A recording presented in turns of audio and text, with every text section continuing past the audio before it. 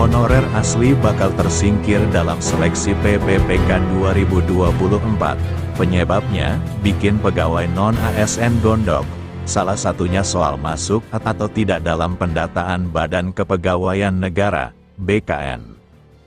Kalau honorer yang belum masuk pendataan BKN tidak mendapatkan regulasi, maka jadi alamat buruk, karena bakal tersingkir, kata Ketua Forum Honorer Non-Kategori 2 Indonesia, FHNK2I, Tendik Sutrisno kepada jpnn.com, Jumat, tanggal 10 Mei tahun 2024.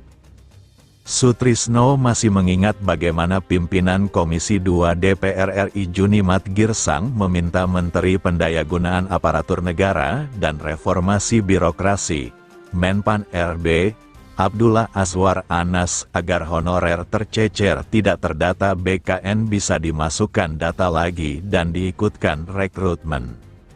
Waktu itu Pak Menpan RB bilang siap, kami hanya meminta pemerintah konsisten dengan janjinya, kata Sutrisno. Menteri Anas di depan pimpinan dan anggota Komisi 2 DPR RI, bahkan menyampaikan akan melakukan update data lagi bersama Badan Pengawasan Keuangan dan Pembangunan, BPKP, serta BKN. Komisi 2 DPR RI pun sudah memberikan rambu-rambu agar secepatnya update data untuk honorer tercecer. Jangan sampai honorer yang benar-benar mengabdi tidak terakomodasi.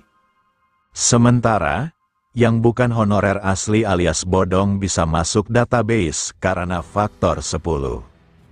Oleh karena itu, pemerintah terus didesak untuk memberikan kesempatan kepada honorer tercecer untuk mengikuti seleksi PPPK 2024.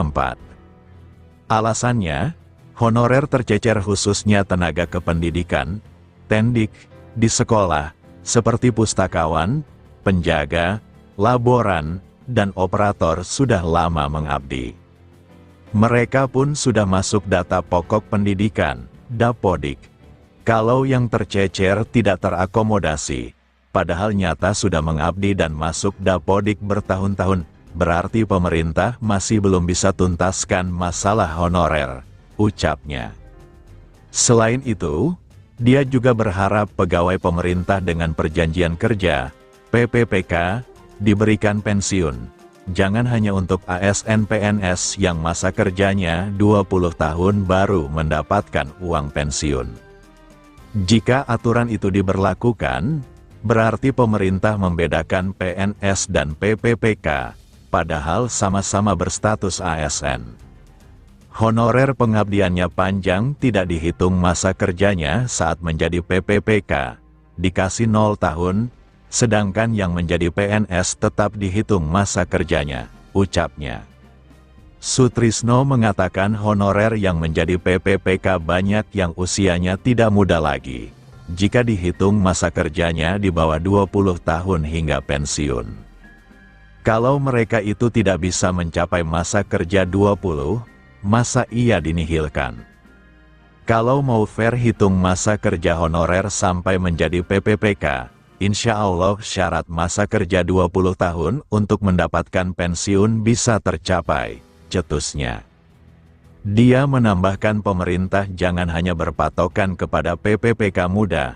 Guru honorer muda yang diangkat PPPK bisa tercapai masa kerja 20 tahun. Namun, itu sama saja pemerintah tidak adil. Sebab, pemerintah hanya peduli dengan guru honorer muda yang baru berkiprah di bawah 3 tahun. Pemerintah harus berdiri di tengah, jangan hanya berpihak kepada honorer muda.